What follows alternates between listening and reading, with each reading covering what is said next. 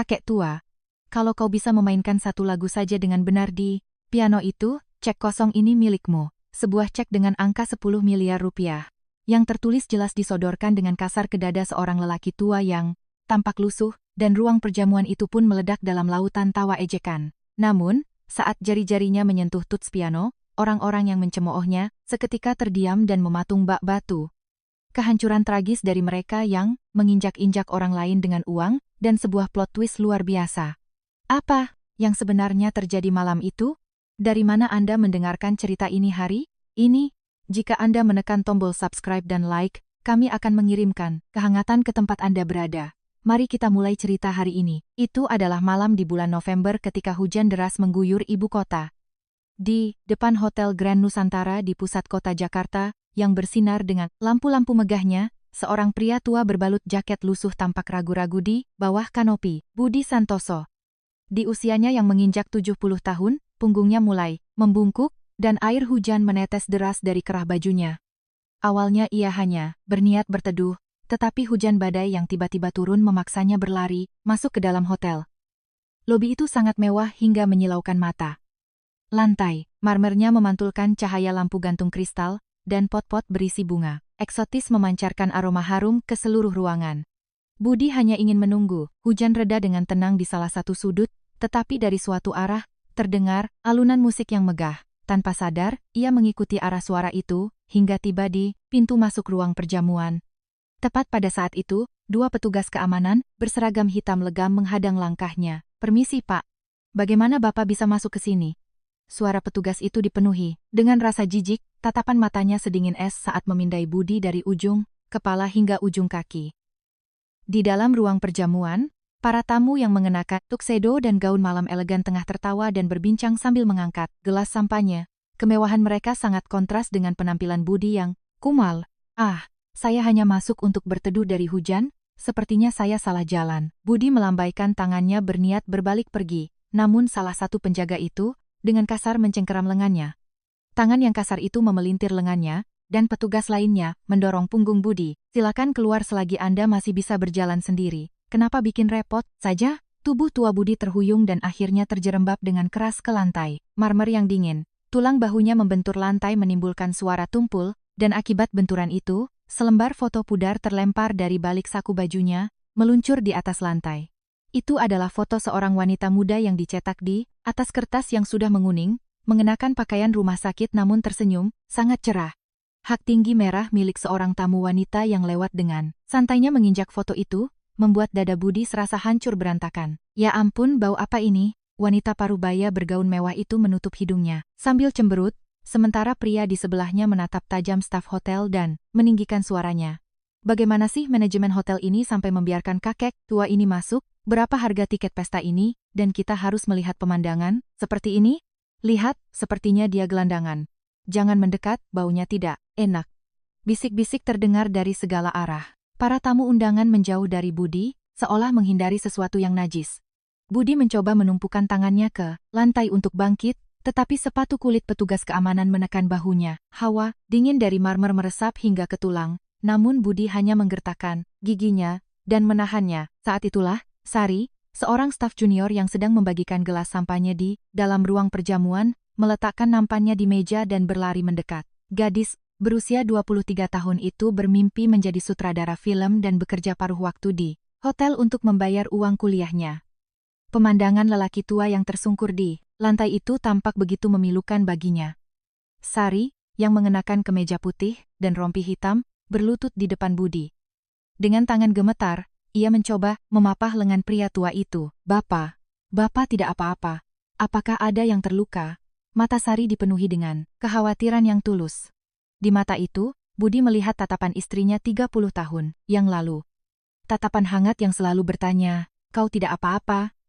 Namun, momen itu hanya berlangsung sekejap.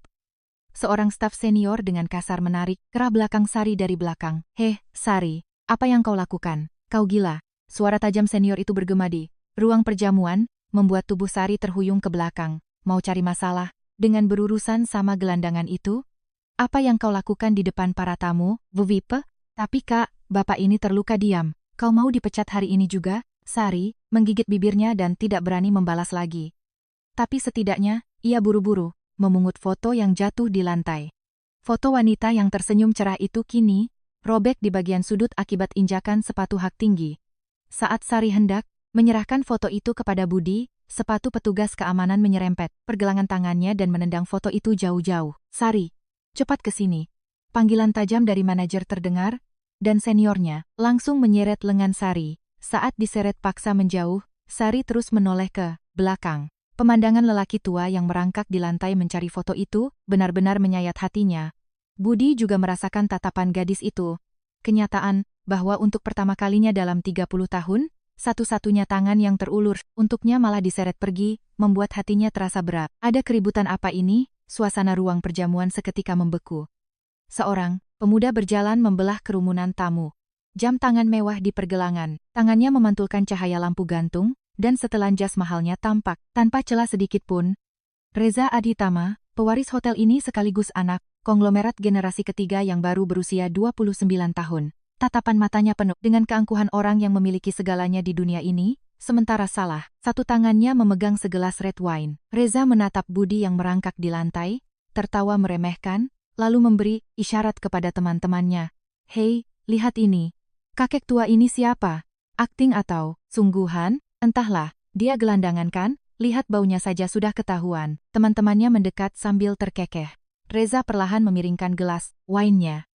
Cairan merah pekat itu mengalir seperti benang dan tumpah tepat di atas kepala Budi. Wine itu membasahi rambut putihnya, mengalir di wajahnya, dan jaket lusuhnya seketika dipenuhi noda merah. "Bahkan biaya cuci pakaiannya saja tidak sebanding dengan ini," kata Reza yang langsung memancing tawa di sekelilingnya.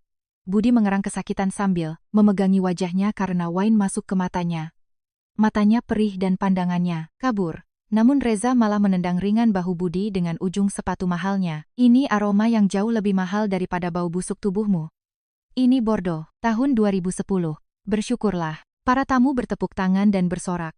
Reza yang semakin kegirangan, mulai menggeledah saku Budi. Hanya sehelai sapu tangan usang dan beberapa lembar uang, pecahan Rp2.000 yang keluar. Reza menggunakan sapu tangan itu untuk membuang ingusnya dengan keras, lalu melemparkannya ke wajah Budi. "Hei Kek, cuma ini yang kau punya di sakumu? Ternyata kau benar-benar gembel." Ya, teman-temannya tertawa terbahak-bahak lagi, dan salah satu dari mereka mengeluarkan smartphone. "Wah, ini harus direkam. Ayo mulai live." Dalam sekejap, siaran langsung dimulai, dengan judul mencolok, "Kasih paham gembel hari ini." Kolom komentar dengan cepat dipenuhi kalimat-kalimat ejekan, dan jumlah penonton melonjak hingga ribuan orang dalam waktu singkat. Budi, dengan wajah basah oleh wine, merangkak di lantai mencari foto istrinya. Pemandangan menyedihkan itu disiarkan secara langsung ke seluruh dunia. "Kek, apa sih yang kau cari?" Ini, Reza menyentuh foto yang jatuh di lantai dengan ujung sepatunya. Untuk pertama kalinya, sorot mata Budi memancarkan kilatan tajam, namun Reza tidak menyadarinya. "Apa? Wanita di foto ini istrimu? Ah, dia sudah mati ya? Makanya kau berkeliaran dengan wujud seperti ini." Teman-temannya kembali tertawa. Budi mengepalkan tangannya kuat-kuat. Kemarahan, yang telah ditahannya selama 30 tahun mendidih seperti lava di dalam dadanya, tetapi Budi menggertakkan giginya dan tetap menahan diri. Ia merangkak, memungut foto yang sudah lecek dan ternoda wine itu, lalu mendekapnya erat-erat di dadanya. Reza mengeluarkan selembar cek kosong berbingkai emas dari saku dalam jasnya. Ia mengambil pulpen Montblanc-nya, menuliskan angka 10 miliar rupiah dengan kasar, lalu menyodorkan cek itu paksa ke dada Budi yang sedang menunduk. "Kakek tua, lihat piano di sana." Reza menunjuk sebuah grand piano berwarna hitam yang terletak di tengah ruang perjamuan. Pupil mata Budi bergetar tipis. "Itu adalah Steinway." Budi mengenalinya hanya dalam sekali lihat. "Kalau kau bisa memainkan satu lagu saja dengan benar di piano itu, cek ini sungguhan jadi milikmu." Reza menyentil cek itu dengan jarinya, dan suara dengungan kembali terdengar di antara para tamu. "Tapi kalau kau tidak bisa, mulai hari ini kau jadi tukang semir sepatuku. Setiap pagi kau harus datang ke rumahku dan menyemir sepatuku sampai mengkilap. Bagaimana? Adil, kan?"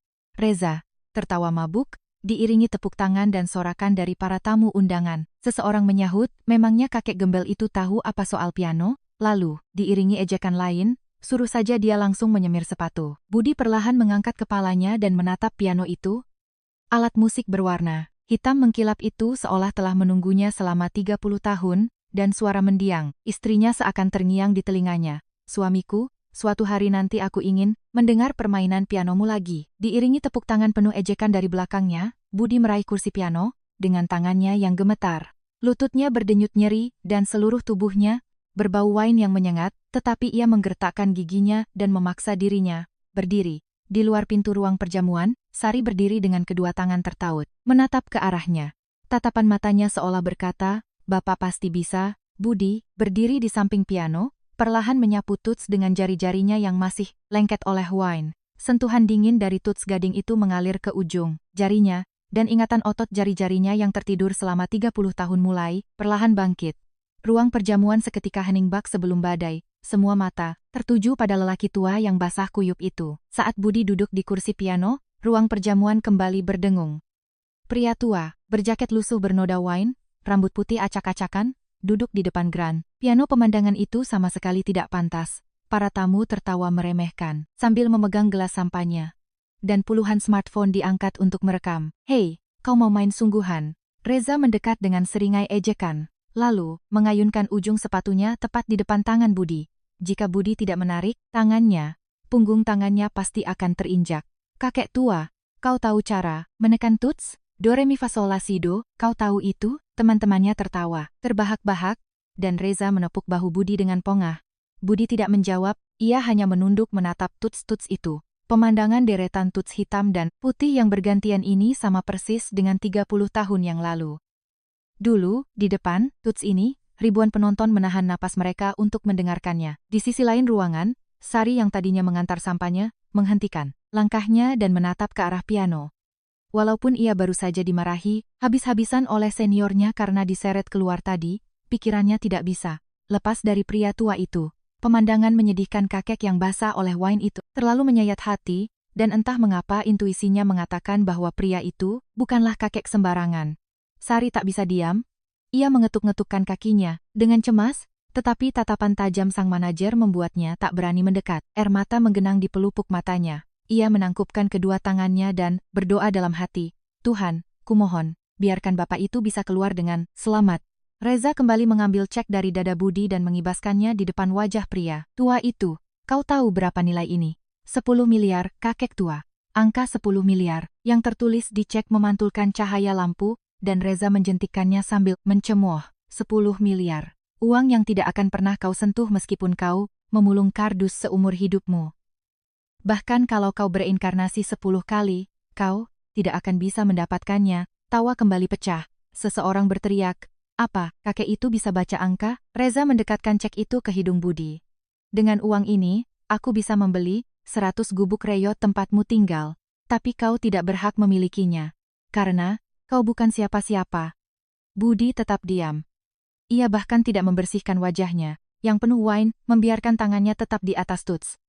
Sentuhan gading di ujung jarinya membangkitkan kenangan 30 tahun lalu. Betapa banyak orang yang tersentuh oleh tangan ini di masa lalu?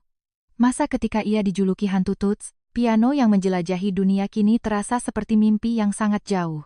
"Woi, cepat mainkan," seru salah seorang tamu, yang segera memicu rentetan ejekan lain. "Buang-buang waktu, cepatlah, suruh saja menyemir sepatu. Mana, mungkin gembel itu bisa main piano?" "Pak Reza." Seret saja dia keluar, merusak suasana saja. Dihujani ejekan dari segala arah, Budi tidak bergeming. Sebaliknya, ia memejamkan mata dan menarik napas dalam-dalam. Seolah-olah ia menutup telinga dari semua kebisingan dunia dan masuk ke dalam dirinya sendiri. Sikapnya yang begitu berwibawa membuat ekspresi Reza mulai mengeras.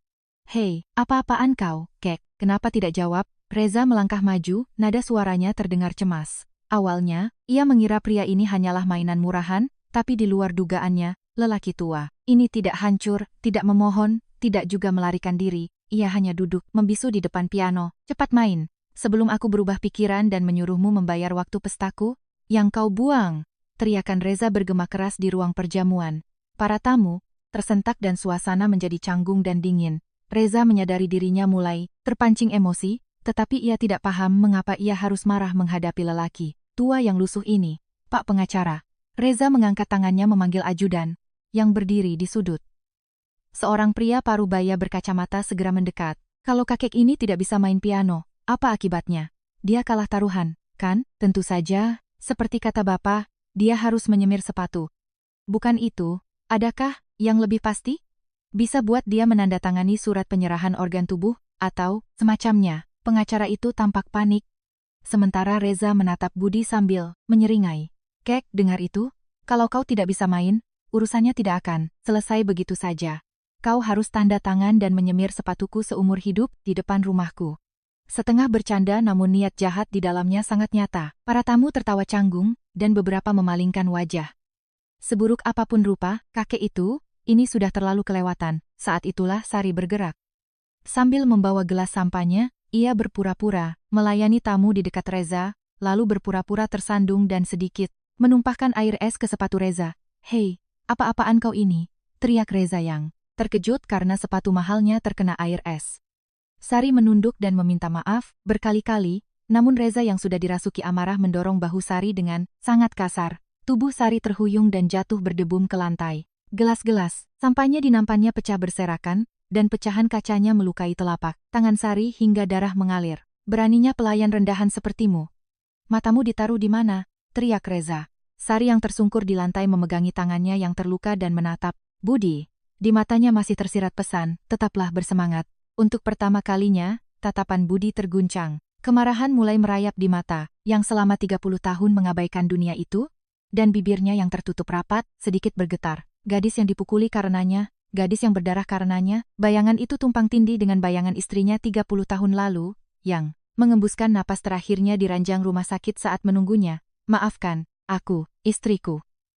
Kau sangat menungguku, tapi saat itu pun aku tak ada di sisimu, karena sibuk mencari uang." "Hei, seret pelayan itu keluar sekarang juga," teriak Reza, dan manajer hotel segera berlari mendekat, memaksa Sari berdiri.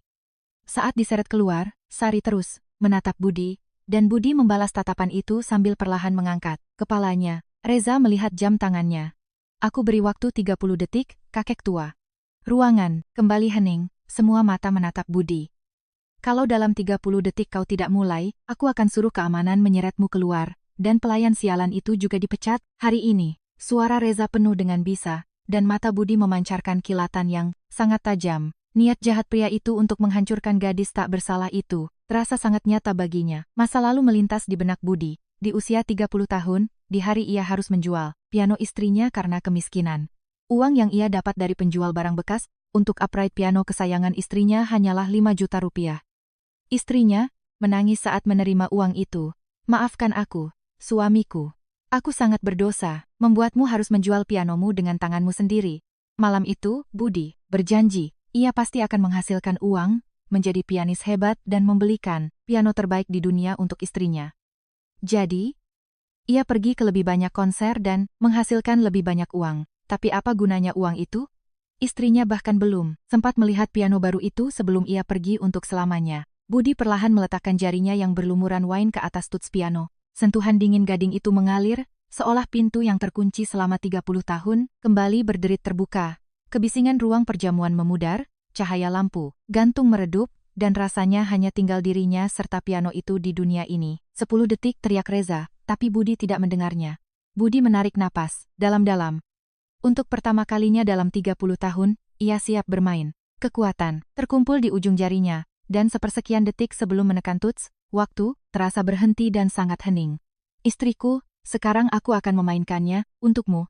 Kata-kata yang tak sempat kuucapkan selama 30 tahun, akan kusampaikan lewat tuts ini. Keheningan melingkupi ruangan, dan jari Budi mulai bergerak perlahan. Nada pertama berbunyi, tuts yang ditekan Budi menghasilkan nada yang rendah dan berat, menembus kebisingan ruangan. Bunyi dentingan gelas sampahnya, bisik-bisik, tamu, tawa ejekan Reza, semuanya sejenak terhenti. Rasanya seperti gema lonceng, raksasa yang menggetarkan udara. Namun, masalah terjadi di nada kedua. Jari Budi menekan tuts yang salah, menghasilkan suara sumbang yang melengking. Jari-jarinya yang sudah 30 tahun, tidak menyentuh piano terasa kaku. Otaknya mengingat melodinya, namun tangannya tak sanggup mengikuti. Keringat dingin menetes di dahi Budi, dan ujung jarinya bergetar pelan. "Tuh kan, apa ku bilang?" Reza tertawa terbahak-bahak sambil menepuk tangannya, diikuti gelak tawa teman-temannya. "Hei, dengar itu? Kucing lewat saja lebih bagus mainnya." "Betul, kakek itu bahkan tidak tahu di mana tutsnya." "Seret saja keluar, buang-buang waktu."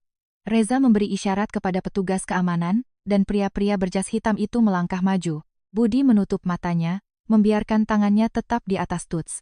Di telinganya, terngiang suara istrinya 30 tahun lalu. Suamiku, kau adalah orang yang bisa menciptakan suara paling indah di dunia ini. Wajah istrinya yang terbaring di ranjang rumah sakit muncul di benaknya. Wajah yang pucat, pipi yang tirus, namun sorot matanya tetap hangat.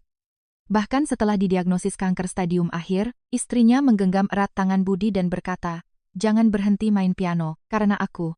Saat kau bermain, dunia ini terasa sangat indah." Saat itu Budi menjawab, "Kalau kau sembuh, aku akan menggelar konser khusus untukmu. Di panggung terbesar di dunia, aku akan bermain hanya untukmu seorang." Namun, janji itu tak pernah ditepati.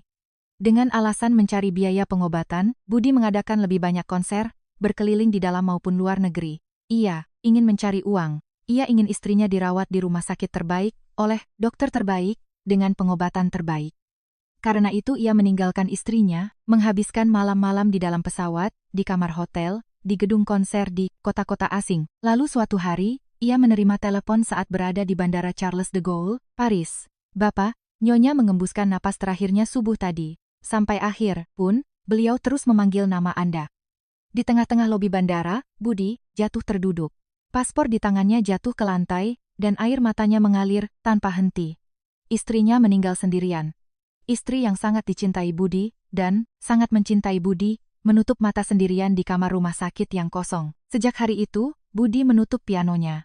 Piano yang ia mainkan untuk istrinya, telah berubah menjadi piano yang membunuh istrinya. Karena ia bermain piano, untuk mencari uang, dan karena uang itu ia tak bisa berada di sisi istrinya. 30 tahun ia tidak menyentuh Tuts, dan Budi Santoso, sang maestro legenda yang dijuluki hantu Tuts piano, lenyap dari dunia. Namun sekarang, jari-jari itu kembali berada di atas Tuts. "Istriku, apakah ini yang terakhir? Setelah 30 tahun, aku memainkannya lagi. Permainan yang sangat ingin kau dengar, akhirnya bisa kumainkan sekarang." Budi menutup matanya, dan perlahan, kehangatan mengalir di jemarinya yang tadinya kaku. Di sudut ruang perjamuan, Sari berdiri memegangi tangannya yang berdarah sambil menatap Budi. Ia berhenti saat diseret oleh manajer karena melihat air mata mengalir dari mata pria tua itu. Awalnya ia mengira itu tetesan wine, ternyata bukan. Itu benar-benar air mata.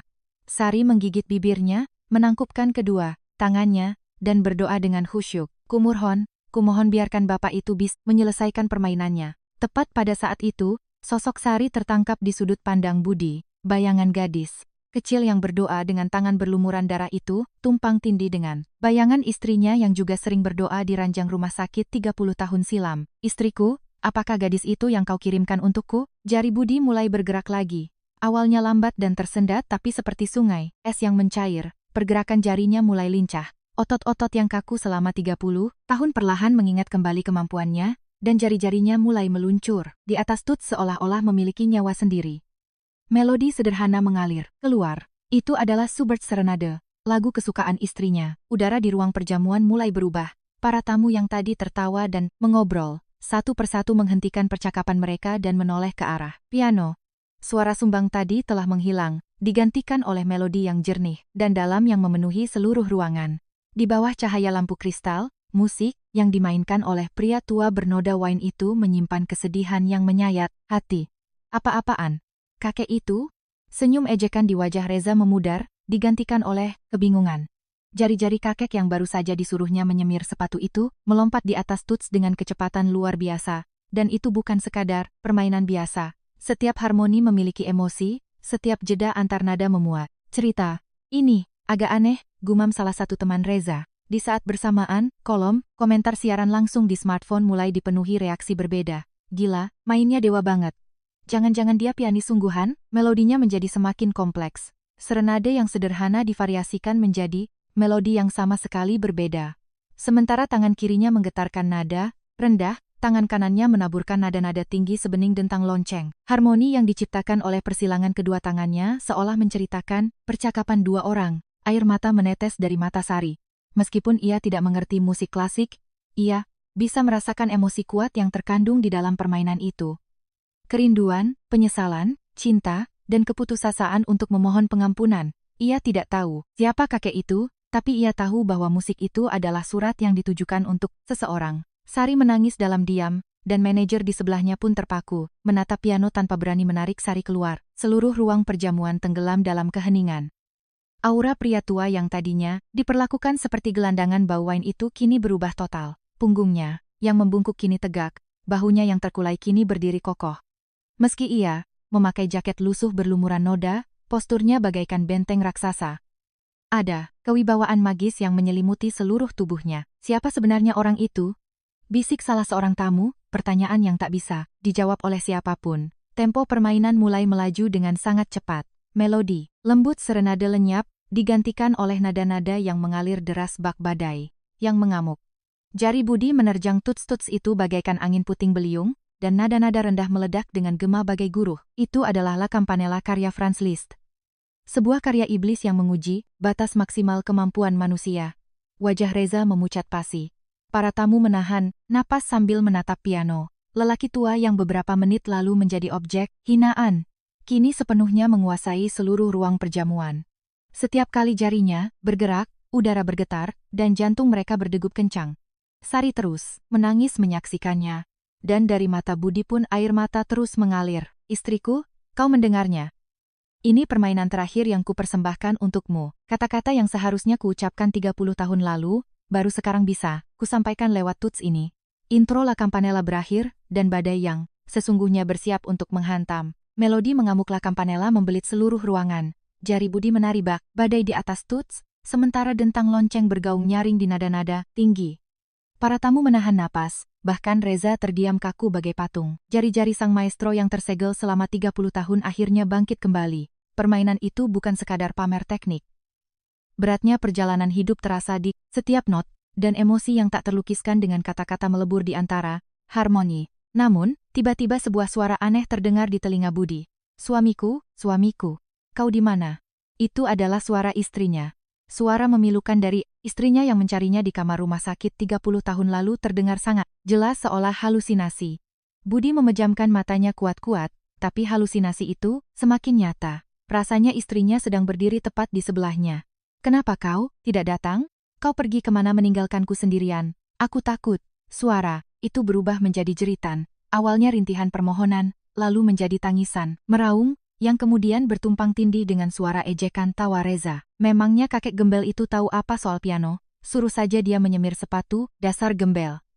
Uang ini takkan pernah bisa kau sentuh meskipun kau memulung. Seumur hidupmu. Kedua suara itu bercampur aduk mengacak-acak pikiran Budi. Rasanya seperti ribuan jarum menusuk otaknya. Tangan kanannya tiba-tiba membeku. Di tengah bagian tersulit La Campanella, tangan kanan Budi menekan tuts yang salah, dan suara sumbang melengking memenuhi ruangan.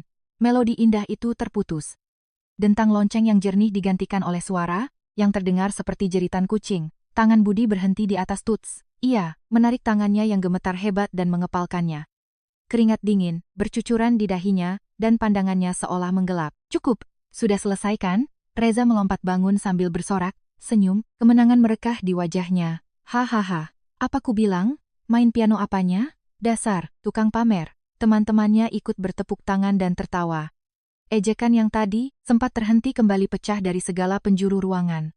Para tamu yang tadi menonton dengan napas tertahan kini menghela napas lega dan ikut tertawa. Canggung. Astaga, aku sempat tegang. Mana mungkin gelandangan seperti itu benar-benar seorang pianis? Kita cuma tertipu sebentar. Iya juga, tadi mainnya lumayan, meyakinkan. Ternyata cuma kebetulan atau belajar asal-asalan. Pak Reza benar, mana mungkin kakek tua begitu bisa main piano? Bisik-bisik menyebar memenuhi ruangan, dan tatapan meremehkan kembali ditujukan pada Budi. Budi hanya menunduk, menatap tuts piano, terlihat sangat menyedihkan. Woi, cepat seret kakek tua ini keluar. Reza memberi isyarat kepada petugas keamanan dengan suara berbisa. Seret dia, buat dia berlutut di depan sepatuku. Dia kalah taruhan, jadi dia harus menepati janjinya. Mulai hari ini, kau adalah tukang semir sepatuku. Mengerti? Dua petugas keamanan berjas hitam melangkah lebar mendekati piano, lalu mencengkeram kasar kedua bahu Budi. Cengkeraman kuat itu membuat tulang bahu Budi berbunyi berderak. Budi tak bisa melawan. Jeritan istrinya masih terngiang di kepalanya, dan jarinya tak punya tenaga sedikit pun. Seluruh tubuhnya seolah lumpuh. Bangun, Pak Tua. Jangan banyak tingkah, ayo keluar. Petugas keamanan menarik paksa lengan Budi, mengangkat tubuhnya dari kursi piano. Kakinya terangkat dari lantai, dan di depan seluruh tamu yang menonton, lelaki tua yang berlumur wine itu mulai diseret keluar. Para tamu saling sikut dan tertawa melihat pemandangan itu, beberapa bahkan kembali mengangkat smartphone untuk merekam. Lihat itu, lihat kelakuannya. Sok mau pamer, ujung-ujungnya malah dipermalukan. Saat itulah, seseorang berlari dari sudut ruangan. Tidak, jangan. Itu Sari. Dengan telapak tangan yang masih berdarah, ia mengabaikan semuanya dan berlari, menerobos kerumunan. Peringatan dari seniornya atau tatapan manajernya tak lagi ia pedulikan. Ia tidak sanggup melihat kakek itu diseret begitu saja. Sari memegangi lengan petugas keamanan dengan kedua tangannya dan menariknya dengan sekuat tenaga. Tolong, beri bapak ini waktu sedikit lagi, permainannya belum selesai, kumohon.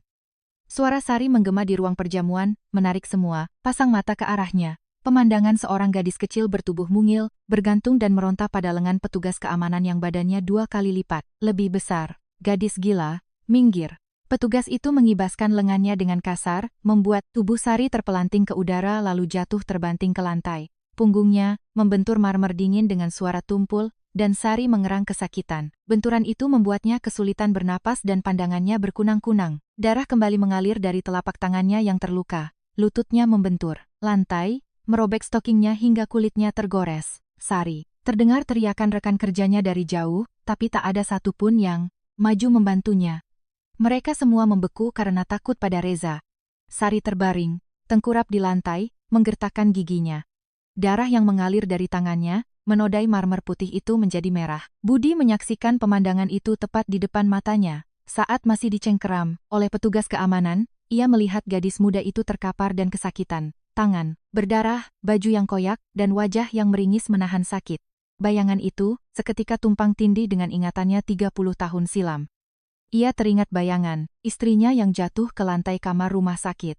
Darah yang mengalir dari lengan, tempat selang infus tercabut, wajah yang pucat pasi, dan kata-kata perawat tentang saat-saat terakhir istrinya yang berusaha mencarinya. Bapak, Nyonya rupanya mencari Anda sampai jatuh dari ranjang. Saat perawat menemukannya, beliau sepertinya sudah cukup lama tergeletak di lantai. Perkataan perawat yang ia dengar setelah pulang dari Paris kembali terngiang di telinganya. Istrinya meninggal saat mencarinya. Istrinya memanggil nama Budi, dari ranjang yang kosong, jatuh dari ranjang, dan mengembuskan napas terakhirnya, sendirian di lantai yang dingin.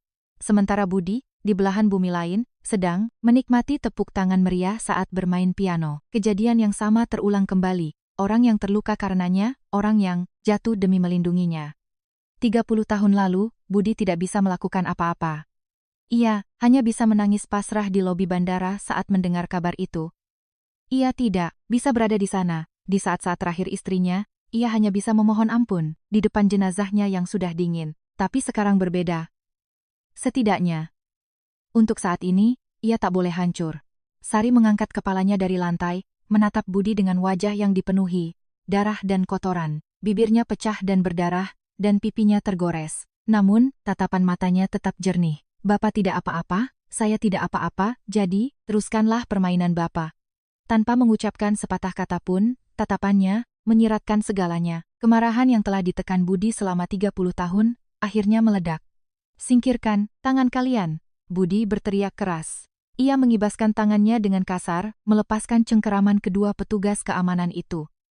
Itu adalah tenaga yang tak masuk akal keluar dari tubuh pria berusia 70 tahun. Kedua petugas itu terhuyung, mundur, dan Budi memanfaatkan celah itu untuk kembali duduk di kursi piano. Ada apa lagi sama kakek tua ini? Seru Reza dengan wajah kesal, tapi Budi sudah tak lagi mendengarnya. Jeritan istrinya telah memudar dari telinganya, dan kebisingan di sekitarnya juga menjauh. Matanya hanya tertuju pada tuts piano. Jari Budi mendarat di atas tuts. Dung! Nada pertama meledak seperti guntur, mengguncang seluruh ruangan, hingga lampu gantung kristal bergetar pelan. Para tamu tersentak dan memundurkan tubuh mereka. Senyum tawa seketika lenyap dari wajah mereka. Permainannya sama sekali berbeda dari sebelumnya. Melodi yang tadinya lembut dan indah lenyap, digantikan oleh ledakan nada yang dahsyat dan mengamuk. Seolah kemarahan, kesedihan, dan penyesalan selama 30 tahun meledak. Sekaligus, La Campanella dilanjutkan kembali. Namun kali ini, nuansanya benar-benar berbeda. Meski kerangka aslinya tetap dipertahankan, permainan ini dipenuhi dengan interpretasi khas Budi sendiri. Dentang lonceng di nada tinggi terdengar, bagaikan lagu pemakaman yang memanggil orang mati, sementara nada bass di register rendah menggemuruh bagaikan bumi yang terbelah dan meraung. Setiap jari yang menekan tuts mengandung kepahitan hidup yang mendalam, dan kepahitan itu menjelma menjadi notasi yang memenuhi ruang perjamuan. Apa ini? Reza melangkah mundur, wajahnya pucat pasi. Bagaimana mungkin kakek itu bisa melakukan ini? Para tamu ternganga tak percaya. Secara otomatis, meletakkan gelas sampahnya di tangan mereka. Orang-orang yang tadi mencemooh kini membeku menjadi patung. Seluruh ruang perjamuan sepenuhnya takluk di bawah permainan Budi. Kolom komentar di siaran langsung smartphone pun meledak. Gila, ini sih epic banget. Wow, ini beneran kakek 70 tahun yang main, katanya mau ngasih paham, gembel, malah dia yang dikasih paham. Jumlah penonton meroket melampaui puluhan ribu orang, dan tagar kakek piano hotel mulai menduduki trending topik secara real time. Teman-teman Reza panik dan saling berpandangan. Mereka mencoba mematikan siaran itu, tapi sudah terlambat.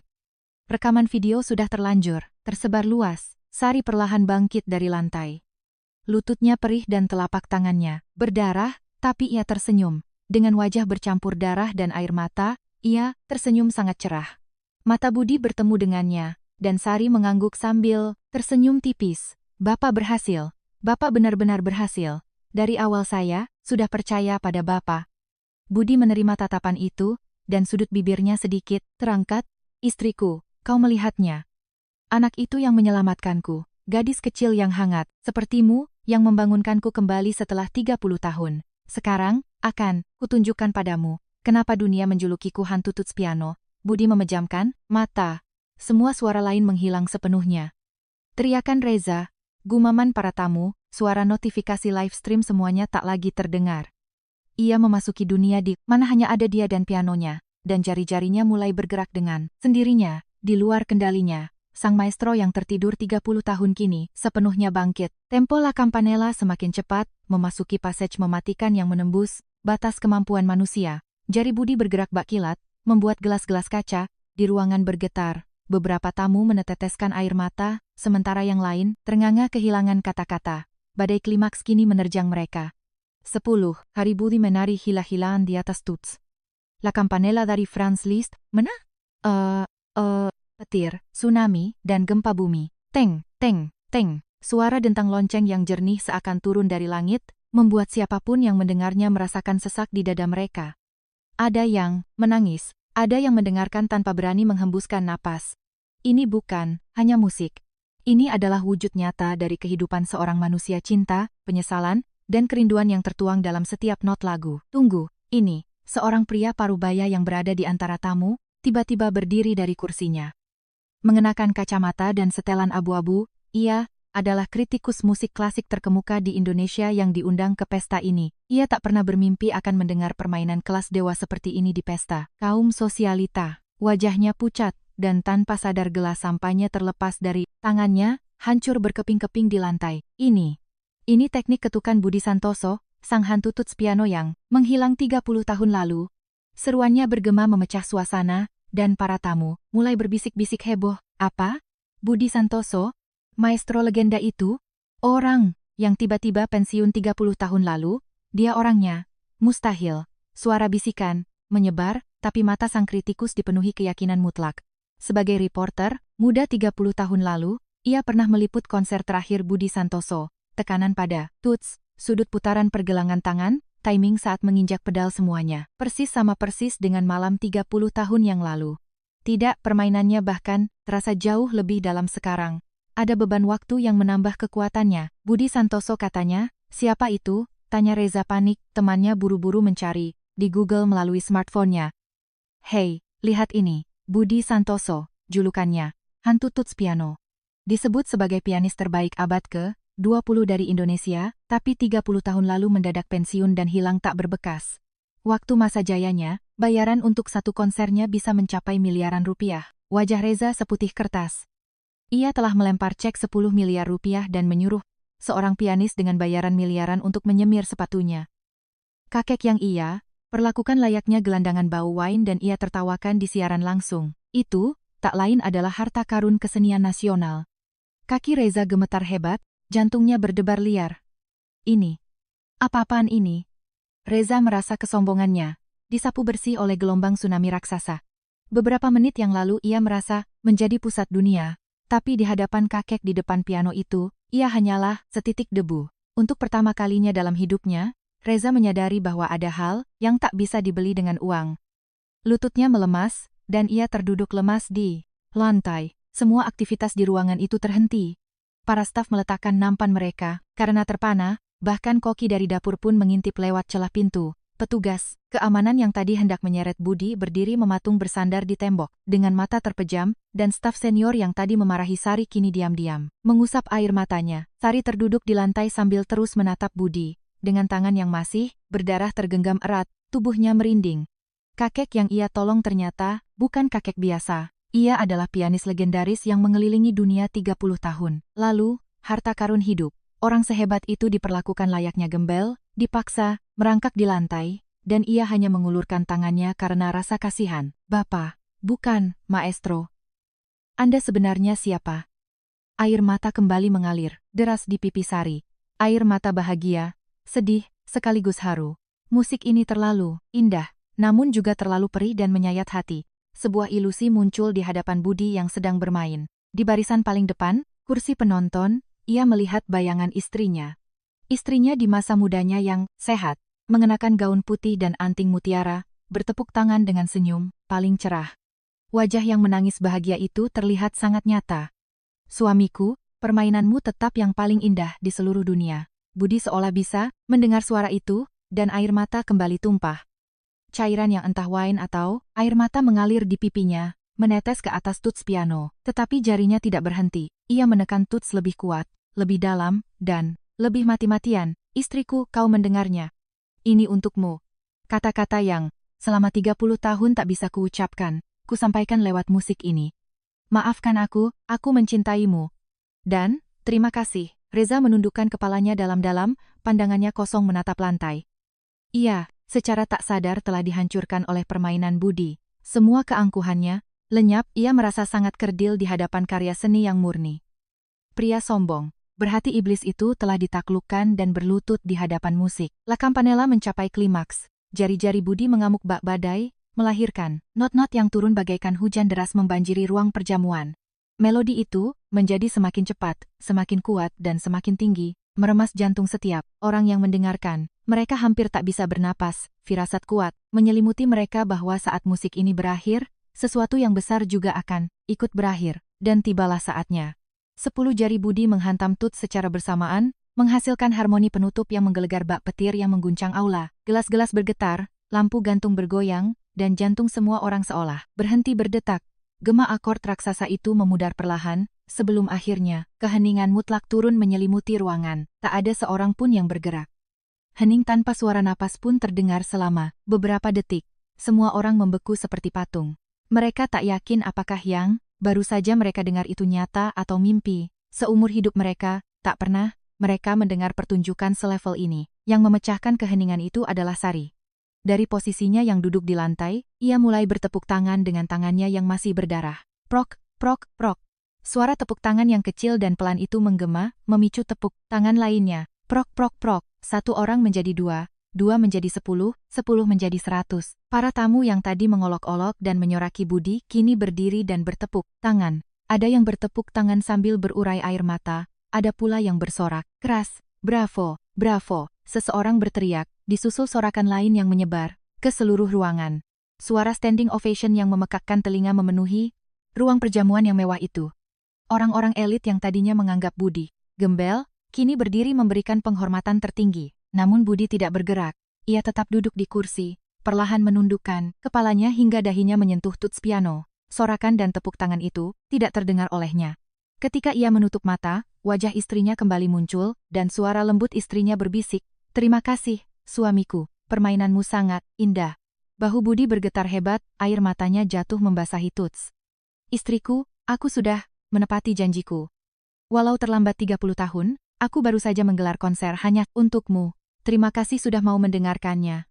Terima kasih karena telah menungguku, dan terima kasih karena sudah mencintaiku." Di tengah sorakan, gemuruh para tamu, Budi menangis sendirian. Air mata yang tak bisa ia tumpahkan selama 30 tahun, cerita yang belum ia utarakan, semuanya tertumpah di atas tuts piano malam itu. Air mata seorang lelaki tua menetes di atas tuts piano hitam, itu. Di saat ruang perjamuan masih riuh oleh standing ovation, tiba-tiba brak, pintu masuk ruang perjamuan didorong terbuka dengan sangat kasar. Semua mata langsung menoleh ke sana. 4 atau 5 ajudan berjas hitam masuk lebih dulu, diikuti oleh seorang pria berumur akhir 60-an yang melangkah masuk dengan penuh aura kepemimpinan. Punggungnya tegap, tatapan matanya setajam elang, memancarkan otoritas absolut. Darmawan Aditama, pemilik sekaligus CEO Nusantara Group yang juga menaungi hotel ini. Ayah kandung Reza, Pak Darmawan, manajer hotel berlari tergesa-gesa dengan panik, sementara para staf serentak menunduk hormat. Namun, Pak Darmawan tidak mengindahkan mereka. Saat ia melangkah masuk, langkahnya terhenti saat melihat kekacauan di ruangan itu. Ruangan itu seperti kapal pecah. Botol wine berserakan di lantai, pecahan gelas, kaca bertebaran. Para tamu berdiri dengan ekspresi masih linglung, dan di satu sudut ada seorang pelayan yang terluka. Kemudian, di tengah ruangan, di depan grand piano, duduk seorang kakek tua bersimbah wine merah. Jaket usangnya penuh noda, dan rambut putihnya acak-acakan. Mata Pak Darmawan membelalak, awalnya ia menggosok matanya tak percaya. Kemudian, rahangnya jatuh karena syok berat. Dan yang ketiga kalinya, kedua, lututnya tertekuk menghantam lantai. Seorang konglomerat triliuner, berusia 60-an, penguasa raksasa bisnis, secara terang-terangan berlutut sujud di depan puluhan tamu kelas atas. Maha Guru, seruan Pak Darmawan menggelegar ke seluruh ruangan. Semua orang seketika membeku. Maha Guru, bagaimana Anda bisa ada di sini? Apa yang sebenarnya terjadi? Suara Pak Darmawan bergetar hebat, air mata menggenang di matanya. Bertemu kembali dengan penyelamat hidupnya setelah 30 tahun dalam kondisi yang begitu memprihatinkan, hatinya terasa teriris. Pak Darmawan merangkak maju dengan lututnya, bersujud di depan Budi hingga dahinya menyentuh lantai marmer. Maha Guru, murid Anda yang tak berguna ini, memberi hormat. Maafkan saya karena tak bisa menemukan dan menjenguk Anda selama 30 tahun. Kegaduhan kembali pecah di antara para tamu. Kakek tua itu. Guru dari Pak Darmawan? Mustahil. Gelandangan itu, tapi Pak Darmawan sujud beneran di depannya. Bisik-bisik meledak, namun yang paling terkejut melebihi siapapun adalah Reza. Reza yang terduduk lemas di lantai, perlahan bangkit dengan pandangan mata seolah mau copot. Papa ngapain? Kenapa Papa sujud sama gembel tua itu? Suara Reza, serak dan melengking karena syok. Ayahnya, pria yang paling ditakutinya di dunia, ini, sujud dan memohon ampun pada kakek gelandangan yang bau wine itu? Ini pasti mimpi buruk, Pah, dia itu gembel, dia penyusup masuk ke hotel ini, kenapa Papa malah? Tutup mulutmu. Pak Darmawan menoleh tajam dan membentak Reza. Tatapan mata ayahnya seketika membungkam mulut Reza. Di mata ayahnya, terdapat amarah, kengerian, dan rasa malu yang meluap-luap. Anak durhaka, apa kau tidak tahu siapa orang di depanmu ini? Pak Darmawan perlahan berdiri. Ia membungkuk hormat 90 derajat ke arah Budi, lalu berbalik menghadap kerumunan tamu. Dengan suara lantang agar terdengar oleh seluruh ruangan, ia mengumumkan, beliau ini adalah Bapak Budi Santoso. 30 tahun yang lalu, beliau adalah pianis legenda yang dijuluki hantu tats piano di seluruh dunia. Beliau adalah guru musik saya, sekaligus penyelamat yang meminjamkan modal awal saat saya merintis bisnis. Ruang perjamuan seketika riuh rendah, terdengar seruan kaget dari segala arah. Bukan cuma itu, lanjut Pak Darmawan, suaranya meninggi, membungkam kegaduhan. Uang yang guru pinjamkan padaku adalah uang biaya pengobatan almarhumah, istrinya. Setelah nyonya meninggal, guru mengatakan bahwa uang itu tak lagi dibutuhkannya, dan menyerahkan uang itu untuk berinvestasi padaku. Uang itulah yang menjadi modal awal dari Nusantara Group. Hotel ini, gedung ini, dan seluruh aset perusahaan ini. Semuanya ada karena kebaikan guru. Kelebatan napas tertahan terdengar jelas. Reza merasa kakinya dipaku ke lantai, pikirannya kosong. Kakek yang barusan ia siram wine, ia ejek dan ia suruh menyemir sepatu. Ternyata adalah dewa penolong ayahnya, sekaligus sosok yang bisa dibilang sebagai pendiri grup perusahaan tempatnya bernaung. Pak Darmawan terdiam sejenak. Kesunyian pekat menyelimuti ruangan. Maka sudah, sewajarnya, guru adalah pemilik sah dari hotel ini, sekaligus pemegang saham mayoritas dari seluruh Nusantara Group.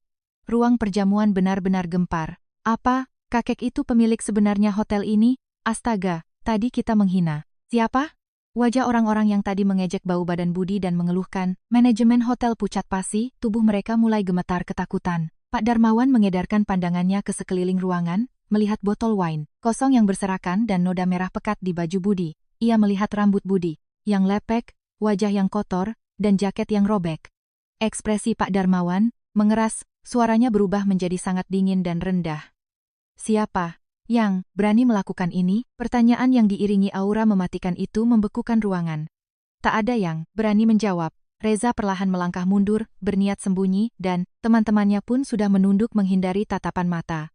Tiba-tiba, seseorang melangkah maju ke depan. Itu Sari, dengan tangannya yang masih mengepal berdarah, stocking yang robek, dan lutut yang memar. Sari berdiri tepat di depan Pak Darmawan. Staf senior di belakangnya mencoba menarik kerah baju Sari, namun Sari menepisnya dan terus melangkah maju. Saya yang akan memberitahu Anda. Suara Sari gemetar, tapi tatapan matanya sangat tegas. Bapak ini awalnya hanya masuk untuk berteduh dari hujan, tapi petugas keamanan dengan kasar mendorongnya ke lantai. Lalu, Sari menghentikan ucapannya sejenak. Reza menatapnya garang dan berteriak, "Tutup mulutmu." Tapi Sari melanjutkannya. Lalu, Pak Reza Aditama menyiramkan wine tepat ke atas kepala bapak ini. Pak Reza menyejalkan cek senilai 10 miliar rupiah ke dada beliau, lalu berkata kalau bapak ini bisa main piano, uangnya dikasih. Kalau tidak bisa, harus menyemir sepatu Pak Reza seumur hidupnya. Mereka juga menertawakannya sambil menayangkannya lewat siaran langsung. Setiap kata yang diucapkan Sari membuat urat-urat di wajah Pak Darmawan semakin tegang. Reza memucat bagai kapas, dan teman-temannya sudah siap mengambil langkah 1000. Ada rekamannya, Pak. Salah seorang ajudan maju menyerahkan sebuah smartphone kepada Pak Darmawan. Ini siaran langsung tadi, sudah ditonton ratusan ribu orang. Rekamannya sudah viral di mana-mana. Pak Darmawan memutar video tersebut. Di layar, terlihat jelas adegan Reza menyiramkan wine merah ke kepala Budi. Bahkan biaya cuci pakaiannya saja tidak sebanding dengan ini. Suara tawa congkak Reza terdengar menggema. Tangan Pak Darmawan bergetar hebat. Setelah video selesai, Pak Darmawan melangkah perlahan menghampiri Reza. Pepa. Itu? Aku bisa jelaskan. Reza mencoba mencari alasan, tapi tangan ayahnya lebih cepat. Plak. Tamparan keras mendarat telak di pipi Reza, membuat tubuh pemuda itu terpelanting ke samping. Suara tamparan keras itu menggema, tajam, membuat semua orang tersentak mundur. Anak keparat. Auman Pak Darmawan seakan menggetarkan seluruh aula. Kau tidak tahu sedang berhadapan dengan siapa. Beliau adalah penyelamat nyawaku, guruku, dan akar berdirinya perusahaan ini.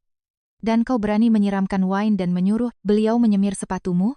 Air mata tumpah dari mata Pak Darmawan, suaranya pecah menahan emosi. Aku sendiri selama 30 tahun bahkan belum pernah membalas budi kepadanya. Aku bahkan tidak tahu guru hidup menderita seperti ini. Dan anakku, anak kandungku sendiri yang melakukan perbuatan sekeji ini kepadanya. Reza seketika jatuh berlutut, kedua tangannya memohon ampun. Pa, maafkan aku. Aku benar-benar tidak tahu, sungguh aku tidak tahu, tolong maafkan aku sekali, ini saja. Namun Pak Darmawan memalingkan wajahnya dengan dingin, lalu mengumumkan ke seluruh ruang perjamuan. Mulai detik ini, jabatan direktur yang disandang Reza Aditama dicabut. Semua hak manajemen dan hak waris ditarik kembali. Dia tidak diizinkan memegang posisi apapun di Nusantara Group. Keputusan ini mutlak dan tidak bisa dibatalkan. Tamu-tamu terkesiap, dan wajah Reza berubah sehitam arang. Papa, jangan, Pa, beri aku satu kesempatan lagi. Reza melolong merana, tapi Pak Darmawan bahkan tak meliriknya sedikit pun. Tiba-tiba, Budi perlahan mengangkat kepalanya. Dari kursi piano, ia menatap Pak Darmawan. Senyum tipis mengembang di wajahnya yang masih bernoda wine, namun, senyum itu sama sekali tidak memancarkan kehangatan. Senyum itu dingin, tajam, dan mematikan. Darmawan. Satu kata dari Budi membuat Pak Darmawan langsung menegakkan sikap. Berdirinya, cara mendidik anakmu sepertinya terlalu berlebihan. Kata-kata itu pendek, namun terasa sangat berat. Pak Darmawan kembali, membungkuk 90 derajat. Suaranya bergetar. Mohon maaf guru, semua ini murni kelalaian saya. Budi tidak menjawab, ia kembali menatap ke arah piano. Kesunyian pekat meliputi aula. Maestro legenda yang muncul kembali ke hadapan dunia setelah 30 tahun itu duduk tenang, meski masih berlumur anggur merah. Tangan Budi perlahan bergerak ke dada, merogoh bagian dalam jaketnya yang basah. Ia mengeluarkan sesuatu. Selembar kertas yang kusut dan penuh noda, dengan bingkai berwarna emas. Itu adalah cek 10 miliar rupiah yang ditulis asal-asalan oleh Reza dan dijejalkan ke dada Budi sebelumnya. Budi menjepit cek itu di antara jari-jarinya, memperhatikannya lamat-lamat. Noda merah wine merembes di kertas itu, sudutnya robek, dan kertasnya terasa lembab. Sungguh ironis, cek senilai 10 miliar rupiah bisa terlihat sedemikian menyedihkan. Budi tertawa hambar, lalu menjentikkan cek itu dengan jarinya. Cek itu melayang di udara dan jatuh tepat di ujung kaki Reza. Kertas basah itu menempel di lantai dengan suara pelan, dan Reza tersentak mundur ketakutan. 10 miliar yang tadi ia banggakan, kini hanya tergolek seperti selembar tisu. Sampah. Direktur Reza. Budi membuka suara. Nada suaranya rendah, tapi terdengar jelas. Ke seluruh penjuru, kau menulis 10 miliar. Reza tak sanggup menjawab. Ia hanya menunduk dengan tubuh gemetar. Budi perlahan bangkit dari kursi piano, lalu melangkah maju mendekati Reza. Apa kau tahu berapa jumlah uang pinjaman pokok yang ayahmu pinjam dariku? Nada suara Budi sedikit naik, memancing kasak kusuk para tamu. 30 tahun lalu, aku menginvestasikan seluruh hartaku, uang yang tadinya untuk mengobati istriku, kepada Darmawan. Setelah istriku tiada, aku tak sanggup menahan uang itu berada di tanganku. Karena uang itu tak berhasil menyelamatkan nyawanya. Suara Budi sedikit bergetar, tapi kembali tegas. Kira-kira berapa nilainya? Sekarang, kalau bunga selama 30 tahun dan nilai saham grup ini digabungkan, mungkin triliunan rupiah. 10 miliar yang kau tulis itu, bahkan tidak cukup untuk membayar bunga dari bunganya. Wajah Reza seakan tak berdarah lagi, sementara Pak Darmawan semakin menundukkan kepalanya. Tapi aku tak butuh uang itu. Budi menunduk menatap cek di dekat kaki Reza. Uang tidak bisa menyelamatkan istriku, dan demi uang, aku tak bisa berada di sisinya. Uang adalah kutukan bagiku. Karena itu selama 30 tahun aku bersembunyi. Hidup tenang di tempat di mana uang tak terlihat. Mata Budi berkilat dingin saat ia menatap Reza. Tapi malam ini, kau membangkitkan kutukan itu lagi. Dengan menjejalkan cek 10 miliar ke dadaku, Reza menjatuhkan kepalanya hingga keningnya menyentuh lantai marmer. Saya mohon, maaf. Mata saya buta. Tolong maafkan saya sekali ini saja. Budi tidak menanggapi permohonan itu. Ia menoleh ke arah Pak Darmawan. Darmawan. Ya, guru. Cek ini akan kuambil sebagai bayaran sah atas pertunjukanku malam ini. Bagaimanapun, aku main piano untuk pertama kalinya. Setelah 30 tahun, Pak Darmawan buru-buru memungut cek basah itu dengan kedua tangannya dengan penuh hormat. Budi kemudian melanjutkan.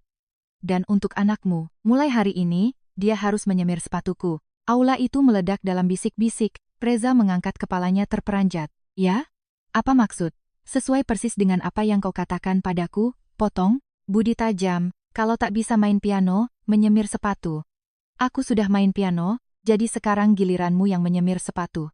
Adil, kan? Wajah Reza terdistorsi, matanya dipenuhi air mata keputusasaan.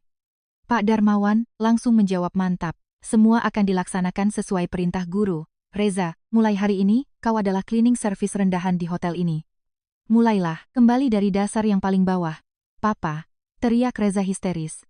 Tapi Pak, Darmawan segera memberi isyarat memanggil petugas keamanan. Bawa dia, pakaikan seragam cleaning service malam ini juga, dan perintahkan dia menyikat kloset, kamar mandi. Dua petugas keamanan langsung mencengkeram kedua lengan Reza. Pemuda angkuh itu, meronta-ronta seraya diseret pergi. Pria yang tadi menyuruh petugas menyeret, Budi, kini diseret keluar oleh petugas yang sama. Papa, kumohon ampuni aku, Papa. Lolongan Reza bergema ke seluruh ruangan, tapi Pak Darmawan sama sekali tidak menoleh. Reza diseret menembus pintu ruang perjamuan, suara tangisan menyedihkannya semakin menjauh lalu menghilang. Keheningan kembali, merayap turun. Pada saat itulah, para tamu yang sejak tadi mematung mulai bermanuver. Orang-orang yang tadi mengejek Budi sebagai gelandangan, kini berlomba-lomba, mendekat dengan punggung membungkuk, menyodorkan kartu nama. Maestro, saya benar-benar minta maaf atas ucapan kurang ajar saya tadi. Mohon kebesaran hati Anda untuk memaafkan saya, dan kalau Anda berkenan menjalin silaturahmi. Maestro, saya juga mohon maaf, mata saya buta tak mengenali yang asli. Kalau boleh saya mentraktir Anda makan malam. Hujan kartu nama, permintaan maaf, dan sanjungan palsu bertubi-tubi. Tapi Budi tidak melirik mereka sama sekali. Ia menganggap mereka transparan, bagaikan udara. Para kaum elit itu tampak salah, tingkah dan akhirnya mundur perlahan dengan malu. Hari itu, mereka belajar, sebuah pelajaran telak betapa menjijikannya sikap menjilat kepada uang dan kekuasaan. Budi berbalik menghadap Pak Darmawan. Darmawan. Ya, guru.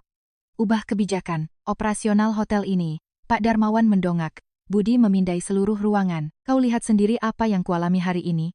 Jika hotel ini memperlakukan orang bukan sebagai manusia hanya karena baju lusuh mereka, atau melempar orang ke lantai hanya karena terlihat miskin, maka investasiku di sini tidak ada, artinya lagi. Ekspresi Pak Darmawan menegang. Mulai hari ini, kalau sampai ada kejadian di mana orang dinilai dari penampilan atau pakaiannya di hotel ini, aku akan menarik seluruh sahamku.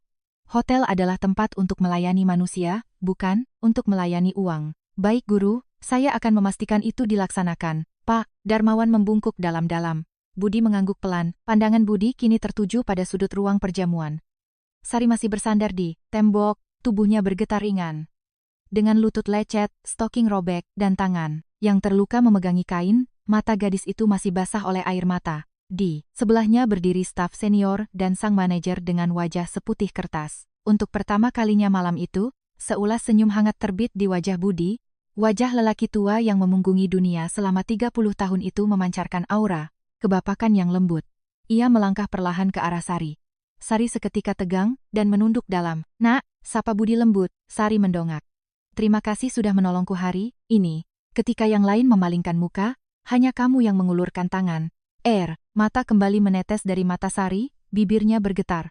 Saya cuma melakukan apa yang seharusnya dilakukan. Budi menepuk ringan pundak Sari. Kamu, anak yang baik. Andai saja dunia ini dipenuhi orang-orang sepertimu. Sari menyeka air matanya sambil menunduk. Budi berjalan kembali ke arah piano. Ia memeriksa lantai di sekitarnya. Foto istrinya yang tadi terjatuh dan tertendang tergeletak di pojok ruangan. Ia memungutnya perlahan. Menggunakan sapu tangannya, ia membersihkan foto kusut dan bernoda wine itu dengan sangat telaten. Di dalam foto itu, istrinya masih tersenyum cerah. Budi menatapnya cukup lama. Istriku, hari ini aku membuktikan nilai kemanusiaan, bukan nilai uang. 30 tahun lalu aku kehilanganmu karena uang, tapi hari ini aku menunjukkan apa yang tidak bisa dibeli dengan uang. Rasanya sekarang aku sedikit lebih pantas berdiri di hadapanmu. Budi menyelipkan foto itu ke dalam saku bajunya, lalu melangkah berjalan keluar ruang perjamuan. Pak Darmawan menundukkan tubuhnya memberi hormat sebagai salam. Perpisahan, dan kerumunan tamu membelah diri memberikan jalan untuknya. Karpet merah yang megah tercipta untuk sang maestro legendaris. Punggung Budi menghilang di balik pintu, meninggalkan orang-orang yang terus mematung tak mampu bergerak. Malam itu, setelah kekacauan di ruang perjamuan usai, Sari duduk di ruang istirahat karyawan sambil menatap tangannya yang sudah dibalut perban. Ia bersiap-siap untuk pulang kerja, pikirannya masih melayang. Kejadian hari ini terasa seperti mimpi. Kakek yang ia kira gelandangan ternyata seorang pianis legendaris. Sari menggelengkan kepalanya pelan sambil mengeluarkan tas dari loka. Sari, seseorang memanggil dari arah pintu. Saat ia menoleh, seorang ajudan berjas hitam berdiri di sana. Bapak Budi Santoso memanggil Anda.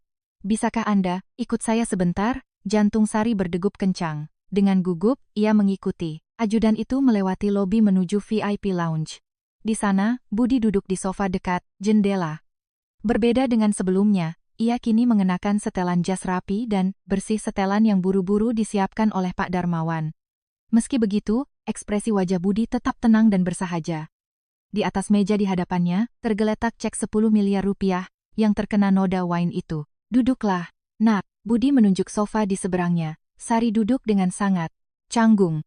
Bingung harus meletakkan tangannya di mana, ia hanya menyatukannya di atas pangkuan, menutupi perbannya. Tanganmu tidak apa-apa? Ya Pak, bukan. Luka serius, pasti cepat sembuh. Sari menarik tangannya perlahan, menyembunyikannya.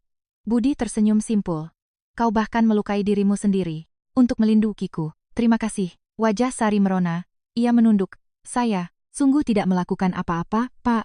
Saya hanya. Budi mengambil cek di atas meja. Cek 10 miliar rupiah itu kusut dan bau anggur. Budi mengeluarkan stempel kecil, kap nama yang lazim digunakan untuk pengesahan formal di beberapa negara Asia, atau dalam konteks Indonesia. Ia bisa sekadar mengambil pulpen dan membubuhkan tanda tangannya di belakang cek tersebut. Lalu, dengan pulpen ia menuliskan sebuah pesan. Beasiswa untuk mewujudkan mimpi gadis ini. Tulisan tangan Budi menghiasi bagian belakang cek. Sari menatap bingung tanpa tahu apa yang sedang terjadi. Budi menyodorkan cek itu tepat di depan Sari. Ini, untukmu. Mata Sari terbelalak lebar. Ia segera mengibaskan kedua tangannya. Pak, jangan, ini tidak boleh. Ini 10 miliar, saya sama sekali tidak berhak menerima uang sebesar ini. Tidak berhak? Budi memiringkan kepalanya, nada suaranya sangat lembut. Nak, yang melindungiku hari ini bukan uang 10 miliar, tapi tanganmu yang terulur, dengan tulus. Mata Sari berkaca-kaca, ia menggigit bibir bawahnya. Saat semua orang memalingkan muka, mengejek, dan menertawakanku, hanya kau yang berlari, menghampiriku. Menghampiri gembel bau yang meringkuk di lantai, berlutut, dan bertanya apakah aku tidak apa-apa. Kau tahu betapa besar keberanian yang dibutuhkan untuk melakukan itu? Budi kembali mendorong cek itu ke depan Sari. Sari menggeleng kuat. Tapi Pak, ini uang yang sangat banyak. Saya cuma melakukan apa yang sewajarnya dilakukan oleh manusia. Sewajarnya. Budi tertawa kecil, membuang pandangannya keluar jendela. Malam, ini ada ratusan orang di ruang perjamuan mewah itu. Dari semuanya, siapa selain kamu yang melakukan hal wajar itu? Semuanya buang muka, tertawa, dan mengejek. Malam ini aku belajar lagi betapa sulitnya melakukan hal yang wajar di dunia. Ini, air mata menitik dari mata Sari. Budi mengulurkan tangannya yang penuh keriput, lalu menggenggam lembut tangan Sari yang diperban. Ini kompensasi yang pantas atas kebaikan hatimu. Kalau kau menolaknya, hatiku akan sangat sedih. Tolong terimalah. Sari ragu-ragu sejenak, lalu akhirnya menganggukkan kepala pelan. Dengan tangan gemetar, ia menerima cek tersebut.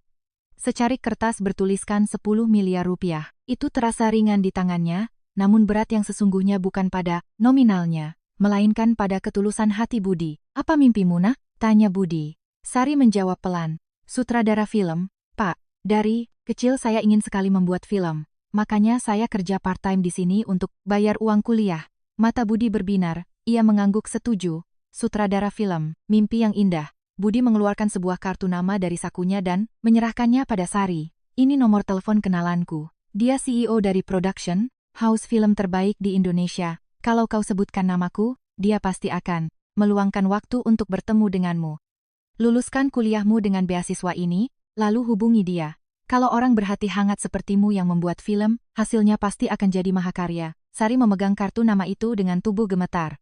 Mulai dari beasiswa penuh, hingga jalur ke industri film ini semua adalah mukjizat yang tak pernah ia bayangkan bahkan di dalam mimpi terliarnya. Bapak, terima kasih banyak. Saya tidak akan pernah melupakan budi baik Bapak seumur hidup saya. Sari berdiri dan membungkukkan badan sangat dalam. Budi menatap keluar jendela, bergumam pelan seolah bicara pada dirinya sendiri. Istriku, kau mendengarnya. Selama 30 tahun aku selalu merasa uanglah yang merenggutmu dariku. Tapi sekarang, akhirnya aku bisa menyelamatkan mimpi seseorang dengan uang itu. Bukankah ini yang kau inginkan? Kau selalu bilang, uang itu ibarat pisau. Bisa jadi racun, bisa jadi obat, tergantung siapa yang memakainya. Sari mungkin tidak bisa mendengar gumaman Budi dengan jelas, namun, ia bisa melihat mata pria tua itu berkaca-kaca menatap gemerlap lampu Jakarta dari balik kaca jendela. Beberapa hari kemudian, dunia musik klasik Indonesia dan internasional gempar. Berita bahwa pianis legendaris Budi Santoso yang menghilang 30 tahun lalu, ternyata masih hidup dan memainkan La Campanella di sebuah hotel menyebar. Layaknya api, rekaman siaran langsung Instagram itu ditonton hingga puluhan juta kali, dan para kritikus musik berebut menulis artikel yang menyambut kembalinya sang maestro. Tawaran datang membanjir dari seluruh dunia. Undangan konser dari Sydney Opera House, Carnegie Hall di New York, dan Suntory Hall di Tokyo terus berdatangan. Stasiun televisi nasional berebut mengajukan wawancara eksklusif. Ada sebuah agensi hiburan yang berani menyodorkan kontrak konser comeback bernilai puluhan miliar rupiah. Namun, Budi menolak semua tawaran itu. Aku bukan orang yang bermain piano demi uang. Aku sudah berhenti 30 tahun lalu, dan tak punya niat untuk memulainya lagi. Begitu tanggapannya. Meski media massa kecewa, hati Budi merasa sangat tentram. Ia sudah menunjukkan semua yang ingin ia tunjukkan pada dunia. 3 tahun berlalu. Di sebuah bioskop ternama di Jakarta, acara premier, pemutaran perdana untuk sebuah film debut digelar. Judul filmnya adalah Sentuhan Hangat, dan nama sutradara perempuan muda tertera di posternya, Sari Dewi. Ruang pemutaran dipenuhi oleh sineas, kritikus film, dan para jurnalis. Sebelum film diputar, sang sutradara maju untuk memberi sambutan. Sari berdiri di sana, sangat berbeda dari penampilannya 3 tahun lalu. Ia tak lagi mengenakan seragam pelayan hotel, melainkan setelan jas blazer yang rapi dan profesional. Ekspresinya memancarkan rasa percaya diri. Film ini, saya dedikasikan untuk seseorang yang telah menyelamatkan saya. 3 tahun lalu, saya hanyalah gadis tak berarti. Saya nyaris menyerah pada mimpi, saya karena masalah biaya kuliah, dan dunia ini terasa sangat kejam dan dingin. Namun, ada seseorang yang mengulurkan tangannya untuk saya. Tanpa syarat apa pun, tanpa pamrih. Berkat sentuhan hangat dari tangan itulah, saya bisa berdiri di panggung ini sekarang. Suara Sari sedikit bergetar, matanya memerah. Saya sangat ingin berterima kasih langsung kepadanya, namun saya tidak tahu apakah beliau datang malam ini. Kalau Bapak ada di sini, terima kasih banyak dari lubuk hati saya. Sari mengedarkan pandangannya ke deretan bangku penonton. Tepat di barisan paling belakang di sudut paling gelap, sebuah tangan terangkat pelan.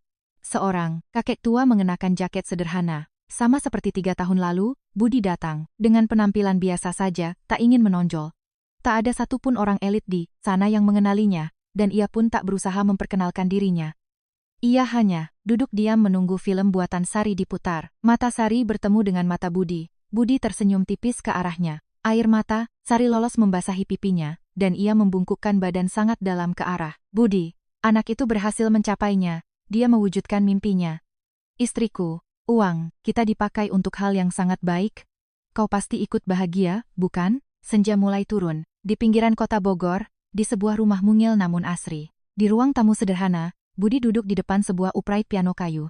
Cahaya matahari terbenam yang berwarna jingga menyusup lewat celah jendela, menerangi dinding tempat foto mendiang istrinya tergantung. Foto istri di masa mudanya, yang tersenyum cerah. Budi perlahan meletakkan jarinya di atas tuts.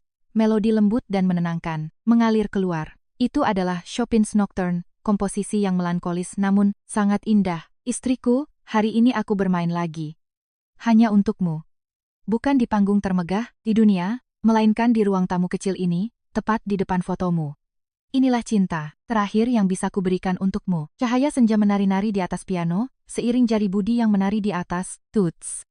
Suara kicau burung terdengar dari luar jendela, dan angin semilir menggoyangkan dedaunan. Dunia terasa begitu damai, sama seperti hati Budi saat ini. Rasa bersalah dan penyesalan selama 30 tahun perlahan mencair melalui nada-nada musik. Ketika not terakhir berbunyi, keheningan nyaman menyelimuti ruangan. Budi memejamkan mata, dan ia merasa seolah kembali mendengar suara istrinya. Terima kasih suamiku, permainanmu sangat indah. Senyum damai terukir di wajah keriput lelaki tua itu seiring matahari terbenam menyentuh ufuk.